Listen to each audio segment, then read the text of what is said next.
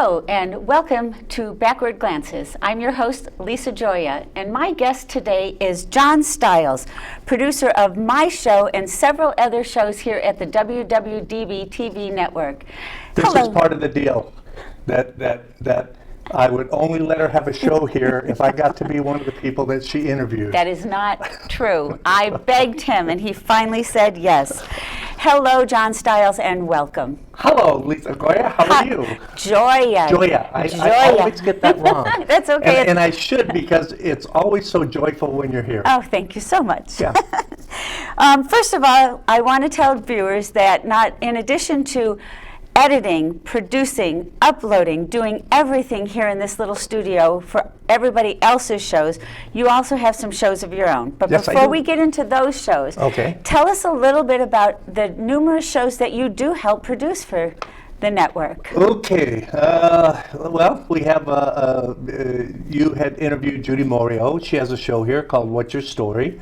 It's similar format, only she interviews authors and artists and entertainers, and I've got a show about wrestling. And I've always said that wrestling is the soap opera for men. I would agree. I have another show called The Round Table, which is a discussion show, and it's about health and wellness and kind of just, they get into some general topics, current events and things like that. Aaron's Hour, Aaron Phillips is a local Hall of Fame voiceover person. Got my show, which is Doing It with Stiles. Doing It with Stiles. Yeah. How do you spell your last name? Quite well. But I learned it's You're a comedian. It's Stiles. And I love how you call it Doing It with Stiles. It's a play on the word. Right. Tell us how that came about. Okay, so a long time ago, and I saw an interview with Fred Astaire. And for those of you who don't know who Fred Astaire is, go ask your grandfather. Fred Astaire was a very, very famous dancer and movie star in like the 30s and 40s and very early 50s. He and Ginger Rogers. So I saw this interview with him once, and to this day I don't remember what the question he was asked, but his response was, I've always said, if you're going to do it right, do it big, do it with style. And that just clicked into my brain, and I said to myself, someday I'm going to figure out how to use that. And so here we are, like 50 years later, and that's how I used it. So Doing It with Stiles, what kind of a show is it? Who do you interview? I like to interview people who do it with styles. One of the people that I interviewed is the only plastic surgeon, the only surgeon in the state of Nevada who does the, I call them sex change operations, but they're gender reassignment, I think is the proper terms. And a fascinating guy. Named? Oh, yeah. Dr. Brocious, John Brocious. Okay. And it was really, I had not met him when I asked him to come and interview, and when he came into the studio, the guy's got tattoos from here to here. Wow. Long hair, beard, and so one of the questions I asked him was, Doc, people come into your office and they see you, what kind of reaction do you get? And he goes, John, remember who my patients are. And he said, when they walk in the office and they see me, they think, this is I'm safe. Yes. You know, this will be a safe place. Perfect. And he's fascinating. He and his partner, business partner, have started their own practice. He was a professor at UNLV, was teaching plastic surgery. And, you know, we all think of plastic surgery as just, I'm going to get a nose job, I'm going to get my breast done or whatever. But plastic surgeons are actually reconstructive surgeons. If you get in a bad car accident or you know, you're disfigured or something like that, that's what they do. So anyway, it's a fascinating guy. I got sports shows, just a little bit of everything. You know, you name it, we've got it. And it's just, it was something that I wanted to do. I started this about 8 years ago. I had been in construction my entire life, and went from that to this is just something that always in the back of my mind, you know, I want to make movies, I want to make movies, and I didn't know how to do it. So, and I was too stupid to know that I couldn't do what I do now, you know, and it was just, I fell into it by accident. And Yeah, how did that come about? I mean, you have a studio here and you've got all this equipment. How did this happen? So as I said, I was in construction, and my last position was as a VP of construction for a company. And if you remember, about 8 or 9 years ago, when the construction industry here in Las Vegas took a dump, that was it. You know, it just, there was nothing. There was no work, no nothing. And so I thought, well, I'm old enough to retire. I'm going to start collecting my Social Security. I'll just go out there, and I'd always been messing around with cameras. It was kind of my hobby. And so I thought, I'm going to buy a video camera, see what I can do with that, you know, and start taking videos. And I had some friends that were performers, musicians, were performing out at Mandalay Bay. And I asked them if I could come out and film some of their shows so I could get some experience with the camera. And after about a month and a half of doing that, the lead of the group called me and he goes, John, there's a radio show over at one of the Lotus stations here in town. Excuse me. They want somebody to videotape their show and upload it to YouTube. You want to do that? I thought, well, that'd be cool. Yeah, that'd be fun, you know. And so I called them and we met, and I started the next day.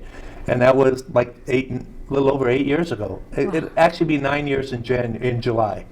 So you've been honing this skill and honing this new career. Well, I started doing it, and the if you've ever been in a radio station in a studio, they're pretty small. So I had my camera and I'm in a corner and I had about this much room to move around. And so I started doing that, and then one of the guests that they had on their show, they saw what I was doing and they go, well, that's pretty cool. We want to do that too. I thought, I'm going to make this a thing. Okay. I'm going to create an internet TV station for people like us that, you know, can't afford to go to CBS or NBC, or, you know, or they have something that they want to get out. They need a platform. And so that's what I did. I started out with that one little camera in a little room that wasn't much bigger than the studio that I started in. And I just started learning how to do this, and you know, I must have watched 85,000 YouTube videos, and just, you know, learn how to do this, and then I would add this, and then add another camera, and then, you know, just kind of snowball from there. But it's a passion. It's not. It's not a job. It's not. No. This is not something that I do for work. And I love doing it. The people that I get to meet are just phenomenal. But I have to say, I am a witness to how much effort it takes to produce even just one show. You know, I sit here, I get to talk to people, but you do all this behind the scenes things, and I am forever grateful. And I would like, you know, I've even told you I'd like to learn how to do some of it. Listen, happy to. Yeah. Because when I started, I couldn't afford to hire anybody. Right. So I had to figure out, how can I do everything myself? Right. And like I said, I was too stupid to know that I couldn't do that. Not at all. And learn. It's just when you're passionate about something, when you love doing it, it's all consuming sometimes. And I just want to say that you've been so generous, you know, just with me, with your, not only your knowledge, but with helping me put things together. So that said, I want to say that I'm a huge fan of that show that you put on. Well, you put it up on YouTube. It's Double Exposure. Oh, yeah. Talk about that, 'cause I love that. Thank you. I share it with so therapy. many people. That's my therapy. Here at WWDBTV, this is a poke, a plug for this station. We also have a Roku channel. We have our YouTube channel, we have our website, and we have our Roku channel. And one of the things on the Roku channel is called Double Exposure. And what I've done is, Fred Astaire is a good example. I took Fred Astaire and Ginger Rogers dancing to an old song from the 30s and added a different soundtrack and added and upgraded.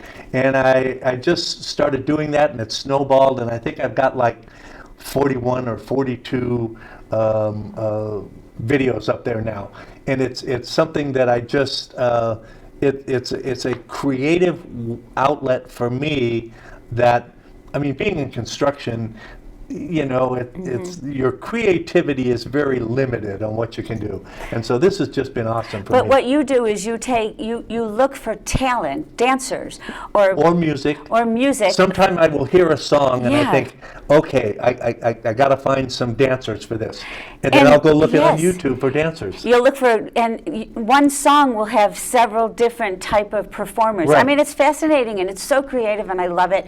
And I urge all the viewers to go check out Double Exposure, John Stiles, YouTube. Okay? No. Oh, sorry. It's on Roku, WWDBTV. But I found it on YouTube too. There's a few. Oh, There's a few okay. on YouTube, yeah. Yeah, 'cause some when of them I shared- I can't put on YouTube, and those are the ones. With music, right? Okay, I get that. Yeah, Yes, on there's some Roku. copyright issues once in a while that. Well, so- I've been benefit to see some of them, and they're just fantastic. Well, just wait, because Okay. coming soon, as a matter of fact, I have a conference call tomorrow with a gentleman from Asheville, North Carolina. If you know anything about Asheville, it is a huge music venue. There is a huge musical community there. And he owns one of the biggest venues there in town. And we are going to start, he films a lot of the acts that perform there. And I'm going to give him a channel, a space that's great. on our Roku channel to help him promote some of the talent, the upcoming musicians and stuff like that. That's fantastic. So I've got one already that we did that turned out really good. He was happy with it. So we're meeting tomorrow, and yeah, that's going to be cool. So, are you looking for more talent to Oh, bring absolutely, in? So absolutely. if somebody is interested and has an idea, and they can contact you. Yes. The studio is here in North Las Vegas. No, it's not North Las Vegas. Why do you keep contradicting me? Because I want people to know the truth. I thought it was North This Las is- Vegas. I'm It's not in gonna Las say Vegas. that. So it's Las We Vegas. are Decatur, just a few blocks from here, Oh, is okay. North Las Vegas. Okay. So, and it's not that. And believe me, if you haven't been to North Las Vegas in a while, you need to go there, because But it's in the northern part of Las Vegas. yes, It's not on the it south is in end. that is so correct. I am we telling are in the the truth. northwestern part of Las All right. Vegas. Anyhow, somebody interested We're in right down the road from the Santa Fe, and there's another free plug you guys owe me for. could they contact you and kind of like promote their idea Absolutely. with you? Okay, so Absolutely. and you'll provide another that thing info. too that I'm working on is there is a very large independent film community here in Las Vegas, and I'm trying to gather some independent filmmakers. You know, normally when they start out, they start out doing little 5-minute or 10-minute little short videos or movies and stuff like that, and I would like to give them a platform to showcase some of their work. So That's fantastic. It's You're giving back. You're giving back to the community and enjoying it while you are Yes. doing it. I think Yes. that's great. Okay, so one of the reasons I did ask you, I love talking about this passion of yours and the work that you do and everything, but one of the reasons that I did ask you to be a guest on my show is that I found out that you are a veteran. Yes, I am. You're a veteran of the Vietnam War. Yes, that's true. And I have interviewed several veterans over the course of my career, but Vietnam veterans are very reluctant to speak about their experiences. And I know that it is a difficult subject, and I applaud you and I thank you profoundly for saying that you would agree. Now, I never want to ask any questions that would make you uncomfortable.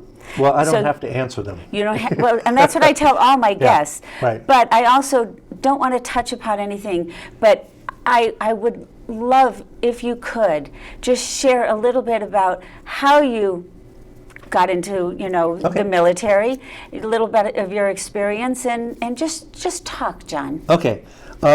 But before we get into that, Okay. I stumbled across this a little while ago, and I think it's important. I'd like to read this, and it's basically to understand a military veteran, you must know.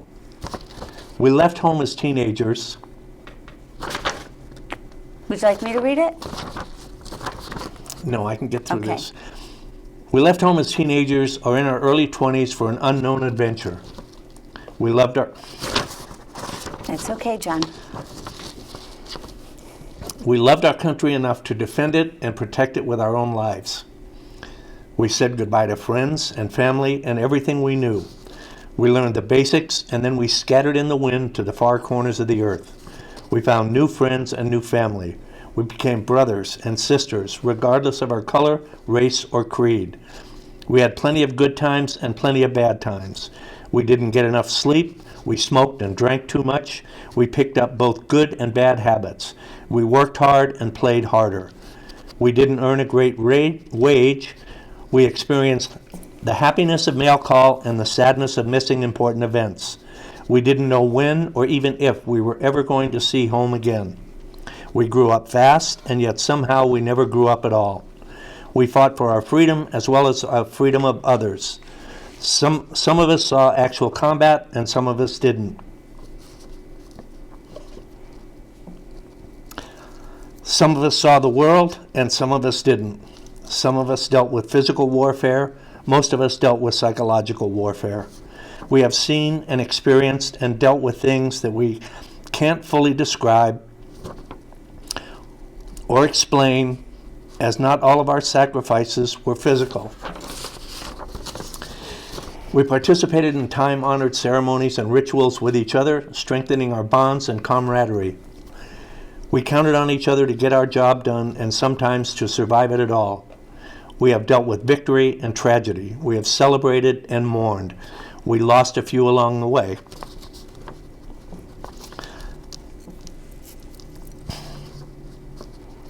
When our adventure was over, some of us went back home. Some of us started somewhere new, and some of us never came home at all. We have told amazing and hilarious stories of our exploits and adventures. We share an unspoken bond with each other that most people don't experience, and few will understand. We speak highly of our own branch of service and poke fun at the other branches. We know, however, that if needed, we will be there for our brothers and sisters and stand together as one in a heartbeat. Being a veteran is something that had to be earned, and it can never be taken away. It has no monetary value, but at the same time, it is a priceless gift. Did you write that? No. But that's beautiful. I found that, and I just thought it was perfect, and when you asked me to do this, I thought I have to read that today. So. Do we know who the author is? Could No, we find I don't. out? Okay. I wish I did, Okay. because I would like to give them credit, and it is absolutely right on. And it was beautiful. Thank you. Thank you so much for sharing that. Yeah. Let's take a step back and let's talk about some things that are a little bit more benign. When did you enlist? And, talk about... I enlisted. Did you enlist or were you drafted? No, I enlisted. Okay. And it was June 29th of 1965. Okay. And actually, no, that's right. Yeah. June 28th of 1965. I was still in high school. And it was weird because shortly before I enlisted, I knew I was getting out of high school soon. I didn't know what the hell I wanted to do. My dad was a lifer in the Air Force. And where was this? Oh, Hollywood, California. I went to Okay. Hollywood High School. Okay, great. So there was a newscaster in LA at the time, and his name was George Putnam. Everybody knew who George Putnam was. And he was also married to, what's her name? Amelia Earhart. Oh. And this was after she was missing, of course. So my best friend and I, we were walking home from school. We had been friends since the 5th grade. He's doing interviews on the street. And this was right about the time that Vietnam we were just starting to get involved there. And so he stopped us and asked us, how old we were, blah, blah, blah. And, we probably had maybe a year left of school. And he said, would you go? Of course we would, Our fathers had just come back from the war. I was born 2 years after the end of World War II. So people of my generation, that was the thing to do. You revered. Pardon me? You revered what they did. They were. So that was, if you were an American, that was your patriotic duty. So anyway, things changed a little later, but so anyway, my friend and I, we decided, we went down to join the Air Force, and there was an 18-month waiting list, which surprised us. And so Phil said, well, let's go join the Marine Corps. And I went, okay, that's cool. They got cool uniforms. I'm going to join the Marine Corps, And I was 17 and a half at the time, so I had to have my parents sign. My mother was heartbroken because she said that during the war, she would never, ever, ever have anything to do with a Marine. Because, they had a reputation of being, I think Eleanor Roosevelt said it, underaged, oversexed teenage killers. That's what she called the Marines. I thought you were going to say she was heartbroken that you were going to sign up, but no, it was just because it's the Marines. She was proud. Yes, okay, I great. mean, of course, a mother and her son is joining the military, and Vietnam was just starting at that time, and I had no idea that that's where I'd end up. I mean, I really didn't. I was going there because I thought I can get an education, I can learn something, because I don't know, I'm 17 years old, what the hell do I know, So anyway, so we joined, and we got on this bus in Santa Monica, and they had a big, like, almost a party, because they had all of these kids join, and we all went together, and we were going to be in the same platoon and all that shit. So we get on this bus from Santa Monica, and they drive down to San Diego, which was a couple hours drive. And by the time we got there, it was probably 1 o'clock in the morning. And you've seen it in the movies, but until you've experienced, they got these dots on the ground, and you got, all of a sudden, you've got these crazy men yelling and screaming at you, and you stand on this spot, and you stand at attention, and blah blah blah, and don't move, you're at attention, you don't move, and don't move a muscle. And there was a guy behind me that was about 11 and a half feet tall, big, huge guy. And the first thing they do is pick on somebody to make an example of, And so I'm standing there on this spot, little 130-pound kid right out of high school, and they're beating the shit out of this guy behind me. And I'm shaking so bad because I'm thinking, oh my God, I'm moving, they're going to beat me next. But they didn't. So anyway, because it was dark and they couldn't see me shaking. Oh, there you go. Anyway, so then, you go to boot camp at that time. It was 12 weeks long, and you learn how to do all this crazy stuff. And there was a joke back then that, after your first week of boot camp, you're saying to yourself, why did my friends let me do this? This is crazy. Why did they let me do that? And after the fourth week in boot camp, you're saying, I hate my friends for letting me do this. I just hate them. And after 6 weeks in boot camp, I'm going to get them. And after you graduate, it's like, I'm going back and kill my friends for letting me do this, But that was just, you learned all about the Right. typical things that you learn when you join the military. Couple questions. Sure. Is Phil with you, your best friend? Yes, we So you joined guys are together. together? We went through boot camp. The next step after your basic training, that boot camp, that was 12 weeks. And then you had, we had 2 months of what they called ITR, which was Infantry Training Regiment. And that's where you fire every handheld weapon that the Marine Corps has. If they have a weapon that can be fired by hand, you got to use it. So let me just say really quick Sure. that I'm so proud because my grandson, who is 20 years old, is a Marine. He's in his second year, and we attended a year and a half ago. We attended his graduation down in San Diego. something to see, isn't it? It in was- San Diego? Yes, That's in where I San went. Diego. Yeah, I know, and Yeah. so it kind of makes me feel. I'm going to kind have to send you my graduation picture. I've got the whole platoon there with it. Well, the very last part of his experience in boot camp was having to climb some hill And Old Smoky. something, and then, they had to be carrying these packs and whatnot. Yeah. So that's like a rite of passage. Yeah, and that was actually an ITR. That's Okay. yeah, and the hill is called Old Smoky, and it's famous. I mean, that is part of the trek that you do. When you're in boot camp, you start running. You run everywhere, and and you exercise, and amongst all the other stuff, they take you to the rifle range and learn how to shoot. But the first run we went on, I knew I was going to die. And I just knew that we'd probably run about 7 or 8 miles, and we had actually run just a little less than a mile.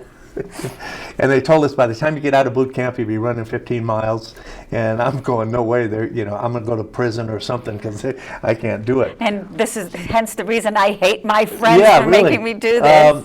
But it's and all of the military, all of the services have a pride about them. But the Marine Corps has a special esprit de corps, and it's something that that is, you're indoctrinated. And it's not that they're, no, I can't say that in all honesty. They are better than the other services.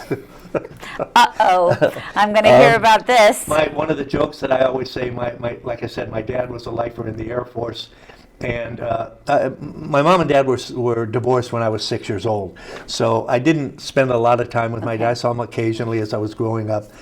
And when I came back from Vietnam, I got together with him. He had come to visit, and he asked me, Johnny, why did you join the Marine Corps? Why didn't you join the Air Force? I said, Dad, I tried to join the Air Force, but they found out you and Mom weren't married. And that was a joke that, we always used to say, and he loved that joke. Okay. So, and the same thing with the Navy. The Marine Corps is part of the Navy Department of the Navy, and there is a kinship and a competition there that, I spent 2 Marine Corps birthdays on a Navy base, which was pandemonium, and I spent 7 days on a ship going from Japan to Vietnam. So, it's almost obligatory that we have to poke fun at each other. Right, yeah, and that's fine. So I loved how you said at 2 weeks, 4 weeks, and whatever. How did you feel at 12 weeks after boot camp? You still said, I'm going to go back and kill them? No. I mean, or did you feel a pride? I was pretty damn proud. Yeah. I really was. And physically fit, I would assume. It was the best shape that I'd ever, and it was funny because when we went into boot camp, my friend Phil weighed 190 pounds and I weighed 130. And when we got out of boot camp, I weighed 160 and he weighed 160. You had diet, you had exercise, and and we really were in probably the best shapes of our lives. Excellent. And then after ITR, about 4 weeks later, it was like, no, I'm kidding. But and then what? Okay, so you so graduated. then I got to you get to go on leave, and you have to you decide what you want to do. What do you want to do in the Marine Corps? Right. And if you have certain abilities or whatever, you can pick what you want to do. And I stupidly picked aviation ordnance, which is anything. You've got to stop saying stupid about yourself, okay? It was stupid. The aviation ordnance is anything that goes bang on an aircraft. So your guns, the rockets, bombs, napalm, nerve gas, any of that stuff. Oh. So I went to school to learn about all that stuff, learn about the aircraft, learn about different weapons, 20 millimeters, and how to mix napalm and how to mix nerve gas and all that shit. So, and then and it was funny as hell because we were getting ready to graduate from school, and Vietnam was just really starting to escalate at that time. This was in 1960. It was, mid 66 by the time we got out of school, or early 66, yeah. And So, we were all a little bit concerned about we were going to have to go to Vietnam. And they were telling us, no, you guys aren't going, you're not going.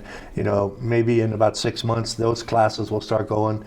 Everybody in my class got orders to go to Vietnam when we finished. Okay. The whole class went. So, except my best friend, Phil. That son of a bitch got orders to go to Yuma, Arizona. Do you know how or why they would choose one over the other? Why did he go to Yuma, Arizona, and why did you go to Vietnam? Who the hell knows? Okay, I don't know. No, I don't know we don't. how. And it was just, it sometimes it's just a random, Picking. pick of the name. Okay. But there was actually two guys out of our class that went to Yuma. Phil was one of them, and I went on to Vietnam. Okay. So, and then when I came home, he went. He went. Yeah. Okay. So I gave him all the little pointers that he needed, and yeah. So are you ready to talk about Sure. your experience? Yeah. Okay, so when you arrived, do you know what to expect? I want you to just talk. Okay, so first of all, I was part of Marine Aircraft Group 13, which was stationed in Japan, Iwakuni, Japan. So we all went to Japan, and basically we were there for maybe a month. And it was like getting everything organized, and then from there we went as a group down to Vietnam. Okay. So, excuse me. There were 4 LSTs, and an LST it's a landing ship troop, and it holds about 150 people, including the crew. And so, down in the guts of the ship, it's you got trucks and forklifts and all of the equipment, generators and things like that we were going to need, because they had built an airstrip. Mag 12 was already there. They built an airstrip for Mag 13. So we had a mountain, we had the Mag 13 airstrip, we had a little patch of land, we had the Mag 12 airstrip, and then the ocean. And all of the sorties and all of the stuff that you saw, F4s flying out, A4s and F4s flying out of Vietnam, the bulk of them came from Chu Lai, which was just south of Da Nang. Okay. So, and that was an experience. It was, we got there, it was July. No, it wasn't. We got there in September. And what's it like in Vietnam in September? It's about 100 degrees, 300% humidity, and just the beginning of the monsoon season. So you're not dry at all, And we when we first got there, we had to build our own huts, place to live, and we had to basically put the bomb dump together. So I worked in the bomb dump. We built the bombs, we loaded them on aircraft, transported them because the bomb dump was about 2 miles away from the flight line. Okay. So we learned how to build the bombs, napalm, put together ammunition for the 20 millimeter guns and shit like that. So that's what we did. I worked on the night crew from 7 at night to 7 in the morning. We built the bombs, we'd load them on trucks, take them down the flight line, and then the other guys would load them on the aircraft. In the area where you are you in any danger of? Oh yeah, all the time. Okay. Yeah, we used to have, your hut is just a wooden frame with a tin roof, and then it has a basement, which is a big hole in the ground with sandbags around them. So we would get hit by the Viet Cong, once or twice a week. They would lob mortars in, and you could hear them. You could hear, and so you could tell where they were going to be hitting, because we call them walk them in, and so you would be down in, you'd hear them coming in, and you'd hear the air raid go off, and so you'd get down in the bunker until it was reasonably clear, unless you were out on perimeter guard, which you would have to do. We all had to spend time out on the perimeter watching for these guys. So And it was, the rest of the time was all partying, smoking weed, and drinking beer, and. But Did you lose anybody from these mortar shells? Okay. yeah, a few. Okay.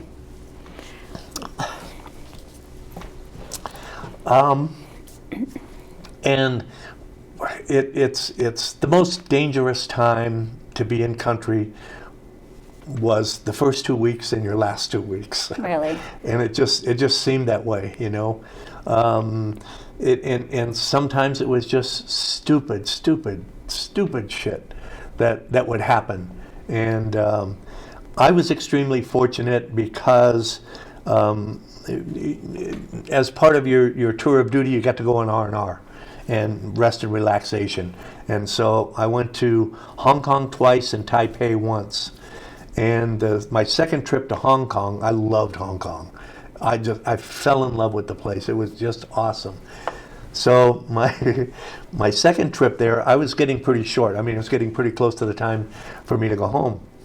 And I thought, I'd gone on R&R, and when you fly back in from wherever you're at, you fly into Da Nang, which is north of where I was in July. And so I thought, well, screw this, I don't have that much time. I'm just going to hang around here for a few days, before I go back down there, go to the AM Club and party and whatever. And, what are they going to do, cut off my hair and send me to Vietnam? So anyway, so I was there. I got back from R&R that morning, and that late afternoon, I was in the EM Club, and I ran into one of my friends from my unit down in July. And what are you doing here? He goes, Stiles, you need to get back down there, man. You got your orders. You're going home. I'm going, holy shit. So I was able to hook a transport down that evening, got there that night. The next morning, started doing all the stuff that you have to do, paperwork and shit, and so that you can go home. And then was back to the States. And I got back to El Toro, California, which was going to be my duty station until I got out, 2 hours before I left Okinawa, because you cross the international date line. Okay. So go ahead, you have questions. How long were you stationed in Vietnam? 12 months and 20 days. Okay. How do they determine how long you're going to be there? It was standard. That was Okay. a standard tour Okay. of duty, 12 Yeah. months and 20 days. So, Okay. And have you been back to Vietnam since No. you came out? Would No. you ever go back? yes, there's times that I think I'd like to, and then other times where no fucking way. Excuse the language. Sorry about that. sorry. It's okay. So this is the weird thing that people don't understand. I had some really great times in Vietnam. It's a beautiful, beautiful country. If you've ever seen it from the air, it's just this huge carpet of green and lush and beautiful. And so there was a little island off of, because we were right on the water there. There was a little island out there we called Monkey Island, and it was a little village. And we used to go out there, if you had time off, you could go out there and you could buy stuff and, get a haircut or whatever. And, most of that, Monkey Island was pretty safe because it was surrounded by water, so we didn't have to worry too much about the BC like you did if you went into July, into the city of July. So, you go there. I remember buying. They used to make taffy, and it would be like this great big ball of taffy that was just wrapped had some plastic around it, stuff like that. So anyway, yeah, and you could go out and drink beer and Okay. yeah. So and you met some really awesome people. There is a when you share an experience like that, you become very close. Mm-hmm. My favorite story that I love to tell is so I come back to the States, I get married, got a couple of kids, and I'm working in construction. I'm in Arizona, and as a result of my exposure to Agent Orange, I had to have part of a lung removed. So I had had the lung surgery, got out of the hospital, and it was back to work, and it was like maybe the end of my first week at work. And I had to be out on a job site on a Saturday because Monday the power company was coming out to lay their cables. So we had all the trenches dug, but you have to put sand in the bottom of the trenches for the cables to lay on so that they don't get rocks or anything like that. So I had my oldest son with me, and he was about 12 or 13 at the time. And so I got the trucks coming, and they're dumping the sand in the trenches. And this one guy, for whatever reason, he was pissing me off, one of the truck drivers, because he just couldn't seem to understand what I was trying to get him to do with the sand. And so I jumped up on the cab of the truck, and I told him, if you can't drive this truck, then get the F out, and I'll do it. Well, he pushes open the door, knocks me off of the cab, and he jumps out, and he's like this giant bear biker, Oh, no. bearded dude. And I'm just right there in his face. I mean, I know I'm going to die, and I'm just going to take part of him with me. And we're just, kind of screaming at each other. And I look over his shoulder, and my son's behind him, and he's got a shovel. And he's walking up, and he's going to nail this guy in the back of the head with his shovel. And the guy says to me, he says, "Don't mess with me. You don't know where I've been." And I said, "Well, it couldn't have been any worse than July." And he just stops, and he goes, "You were in July?" And he hugs me. Oh. And my son's standing back there, and he's going, "What the?" Oh, your son is like, what's going on now? Yeah, and so anyway, so the driver says, "Dude, where you want this? Anywhere you want. You tell me where you want. I'll get this right ever." Aw. And so after he left, my son said to me, "Dad, what did you say to that guy?" And so I told him, and it's that experience, that immediate esprit de corps that you have, that so All anyway. right, stop making me cry, I'm okay? sorry. That's it. All right, what are some of the questions here? Okay. Oh, you have questions now? I did actually. Go ahead. But you've pretty much answered them. I said, can you share some, what you found most challenging, and what were the positive things about service and the bonds with the other soldiers in the country? I mean, you pretty much shared that. Well, even today, I mean, as I'm sure you're aware, here in Vegas, there is a huge veteran community. We have the Veterans Hospital out here, which, I get all of my medical care from the VA. I'm considered 100% disabled, from all of the different stuff that I got. They're amazing here. They're absolutely amazing. Good plug. I have so much better care here than I've ever gotten in any civilian facility. And when you go in there, when you go in for your appointments or whatever, they always make you feel like they're glad you're there. You're not wasting their time. They really care about the patients out there. And I got to give whoever's running that hospital and the clinics here. I know in other parts of the country they have some problems, but I'm telling you, they're just amazing here. So I have two questions that I'd like to ask. One, I'm a little bit younger than you, so I didn't really experience, what was happening when the veterans came back. As I mentioned earlier, Vietnam veterans seem to be very reluctant. Could you possibly talk about what experience you might have had when you came back? Did you experience any of that negativity from the American people? And two, could you possibly talk to me about why veterans from the Vietnam era are reluctant? Okay, so we had a completely different experience than any other group of veterans in our history when we came home. We were considered baby killers. We were spit on. We were ostracized. You experienced that personally? Yeah. Okay. And I'm not the only one. I mean, I know. It was like, and it was, it was. We had gone and done something that we thought was an important thing to do as an American. Patriotic. Right. Well, a lot of us realized later we got taken to the cleaners.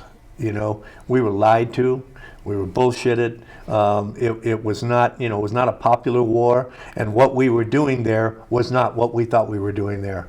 It was all politics. If you've ever seen Ken Burns' thing, the thing that he does, Phil and I, when that came out, we planned to watch it together. He's up in Northern California and I'm here in Vegas, and so we would watch it and we'd be on the phone to each other. Can you believe those sons of bitches, what they did? And so it's just, that hurt a lot. Okay. That hurt a lot.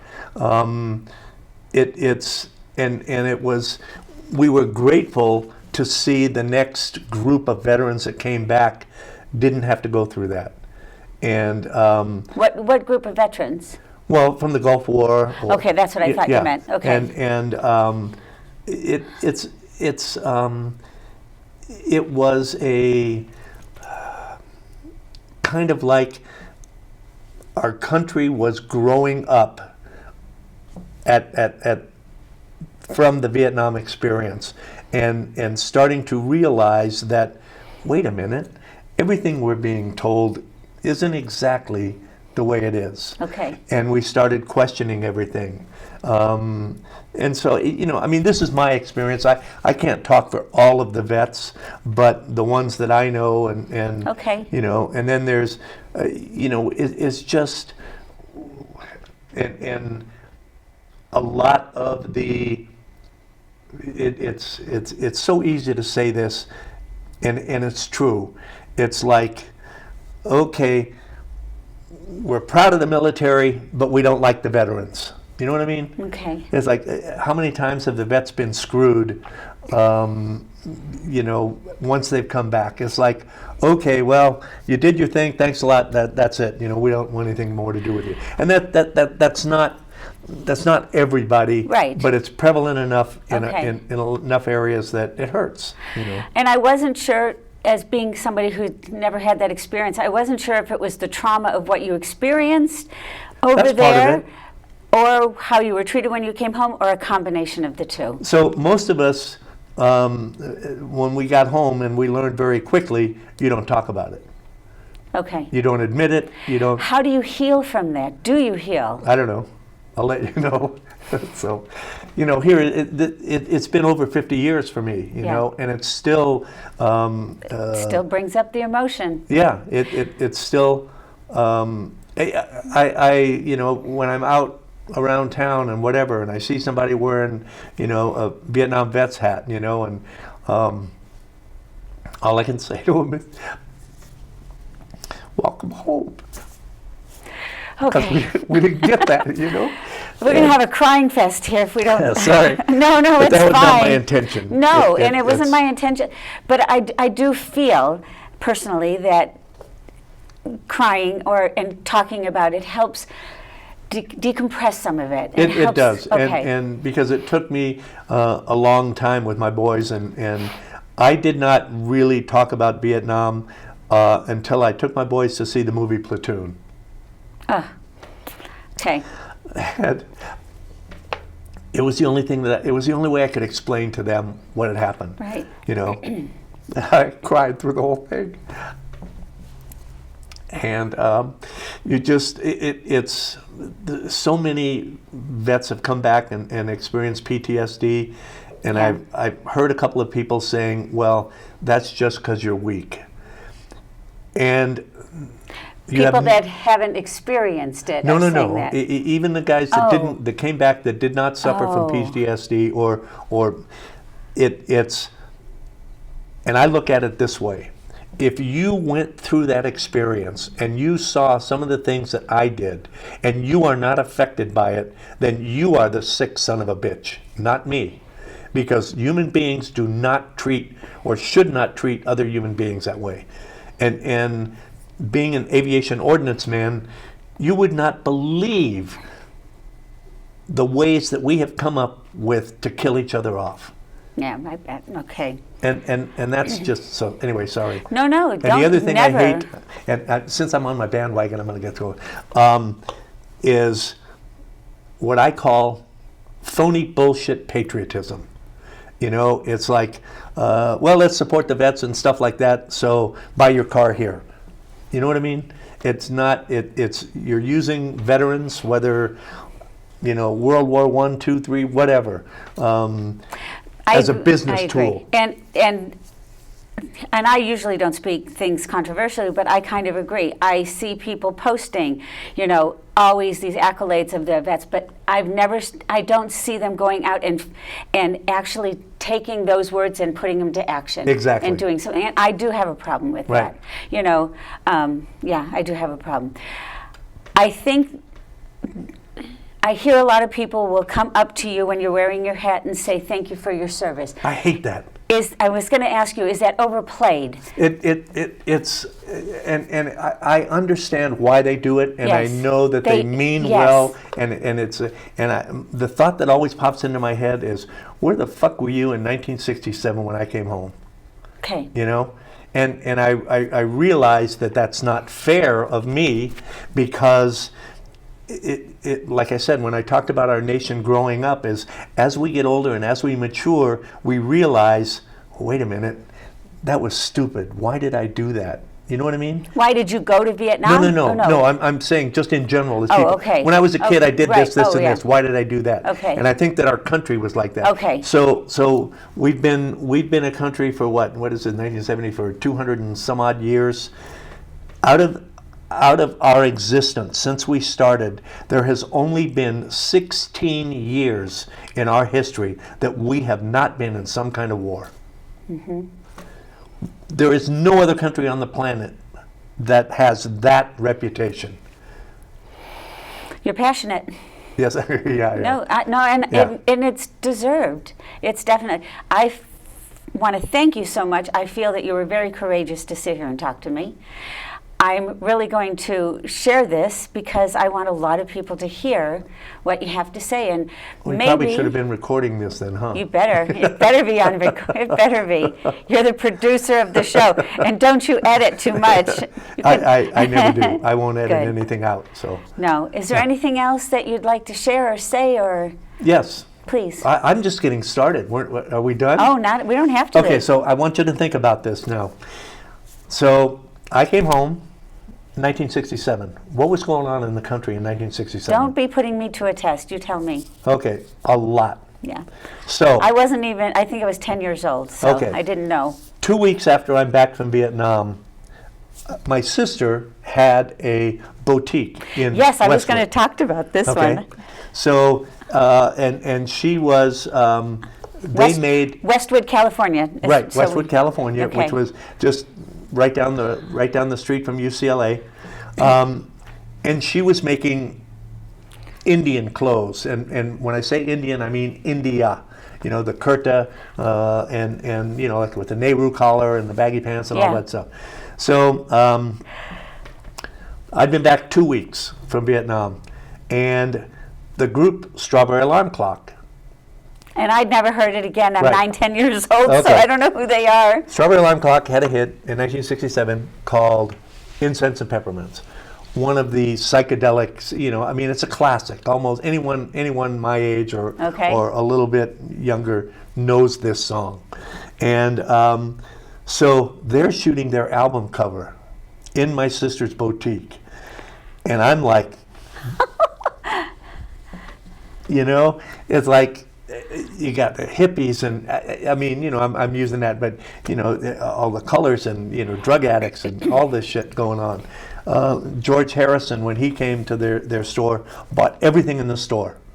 Everything, bought them out. They had to close down for 2 weeks because my sister and one other young lady made all this stuff by hand, so they didn't have anything to sell. They had to close down. Wow, So, what a great story. It was. I'm just trying to figure out if the statute of limitations have gone. So, one of the things in Vietnam is they had some really good weed, marijuana. What? Yeah.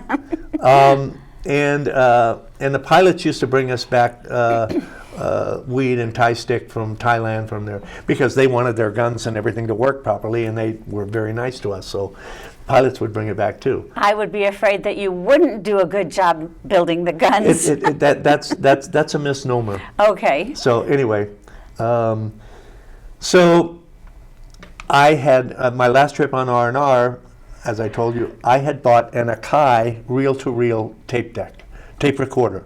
You know, one of the big, with the big 7-inch Yeah. reel-to-reels. And they would not let me ship it home. I had to carry it. So, along with my duffel bag. So I had a friend who was a parachute rigger, so he made a harness for me. And that's what I did. I wore it like a backpack. And there was a plate on the back that you could take off and get to the guts of the tape recorder. Well, I stuffed 10 pounds of weed in that tape recorder and carried it back from Vietnam with me to the States. And here I thought you were going to say that you used that tape recorder to record some of the stories from your fellow soldiers. And this is there was, like I said, there was some great times. There was in LA at the time, there was a disc jockey, and his name was the Real Don Steele. Very big back then. I wrote to him and I asked him if he could tape one of his shows and send it to us. Oh. And he did. Okay. And so I used to play that on this tape recorder in our hut over and over and over. It was a 3-hour tape, and you know, and so there was stuff like that you know, we had good times, and you, like I said, you made good friends and all that stuff. So that's great. that's my story, and I'm sticking to it. I know that there's more, but I think we'll save it for another time. And Yeah. I love the story of your construction job and the big guy. I love that. Yeah, Yeah. another one. Okay, so see, you got me started now. One of the times when I was out on perimeter guard, we had these old field phones, and you've seen them in the movies, you know, where they, you know, give me headquarters. Well, we had this one that we were playing with, and it wasn't hooked up to anything, and it was just, you know, I don't even know where we got it. And so we were just messing around with it, myself and the other guy that was out there with me. And so, you know, ding, ding, ding, and he picks it up and he goes, "Oh, John, it's for you." And he hands me the phone. And I went, "Hello?" My sister was on the other line.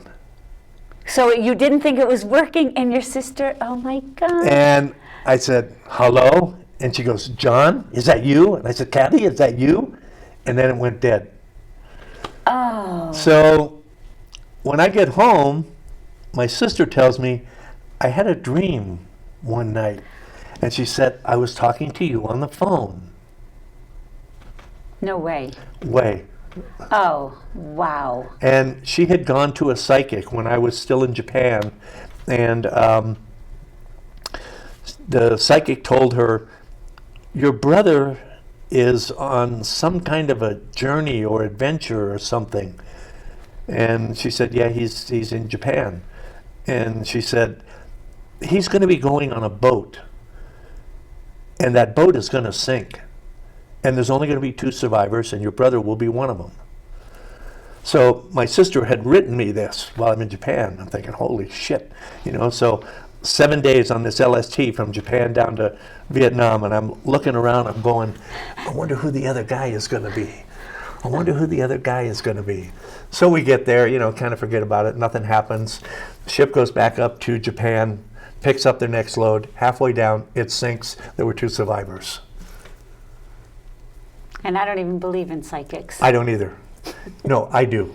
Because of experiences like that, Yeah. that you Yeah. have, that, you know, how do you explain that? How do you explain it? Stuff like that, Wow. you know? So, I mean, Rod Serling was one of my heroes. Oh, yeah, well, I love Yeah. the Twilight Zone, Anyway, please. so anyway, that's all. That's all. No, thank you, John. My This welcome. was Yeah. amazing. Thank No, you. thanks for asking. Thank we you got so through much. it, huh? And, oh, we did. You got through it, and I'm very proud of you. Thank you. And I'm very honored that you would share your story Oh, with me. hey, we're all in this together, kiddo. Yeah. Thank you, and wait for another edition of Backward Glances. And also, check out Doing It with Stiles.